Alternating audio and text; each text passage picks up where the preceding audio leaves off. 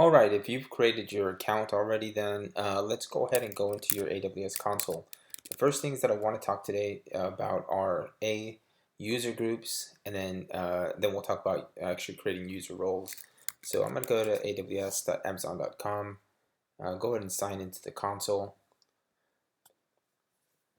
And here, these are the items that I've recently visited. So you may not necessarily have these immediately at your disposal. So you want to click on services and then scroll down till you find S3 or storage, excuse me. Click on storage. Here you'll find S3 and go and click on that. And immediately, if you haven't created anything here, then your list is going to be empty. So these are my buckets, and if I want to create a bucket, I can create it here, and just essentially have these storage buckets. Now, one thing about buckets is that if you name your bucket like example, right? The name has to be like unique across all buckets created. So if I type examples, chances are someone already created example. So once I do that, I'll just go ahead and scroll all the way down, leave everything default. And here we see that a bucket with the same name already exists. Now, one of the things, if you notice, like I don't have an example bucket myself, right? But the name example has already been created, so that name is already taken up. So you have to be very creative and meaningful at the same time with the name of your buckets. Right, so but before we get there, I want to go ahead and start and create like a user group, right? And let's go ahead and go to IAM or security and identity. Let's see where this is at. Maybe it's security and identity compliance.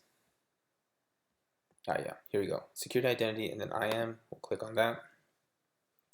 And the first thing that I want to do is I want to actually create a user group. So a user group basically is just that.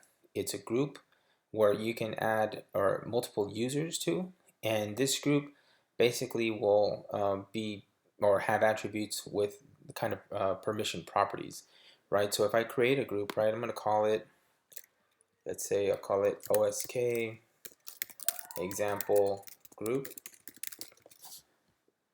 and that should be good to go. And now here I'm going to apply the permissions. So there are a bunch of permissions here because AWS offers like so many services, right? Like Redshift, Glacier, which is I think it's like another type of slow-moving storage service, and so many that I'm not really familiar with. But I'm going to want to look for S3. So let's filter down. There we go. And so what I want to give my user group, and again, if you're working off an account from work, then don't worry about it. You probably already have the right policies and you may not have the ability to do this.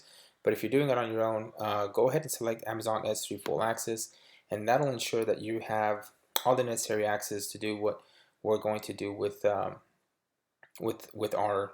group. So okay, so I created my group name, selected Amazon S3 Full Access. I'm going to create group, and now we have an OSK example group. Great. The next thing that I want to do is I want to create a user and associate it to that role, right? So here I am. I'm going to add the user, and I'll say OSK group user. And one thing that I want to do is, here we go. I want to select this access key, so we can enable access key and a secret key for this user. We're going to need that those later, actually. You don't necessarily need to create a AWS Management Console thing because that just means they can log online, but that's not necessary, at least not for when we're coding.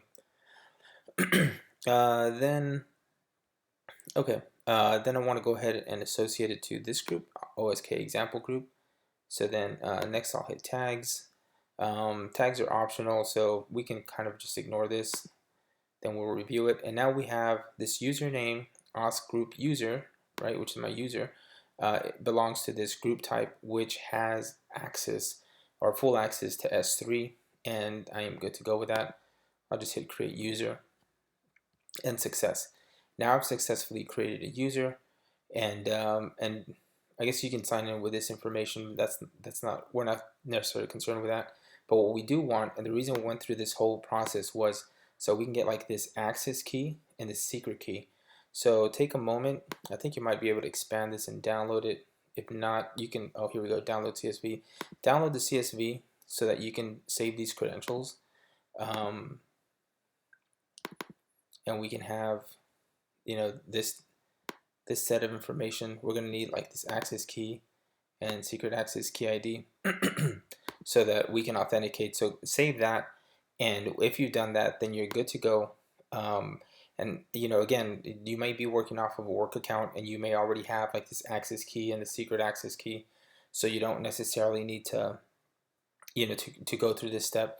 But in case you do and you're starting from scratch, this is how you basically gain your credentials so that we can connect programmatically using Python.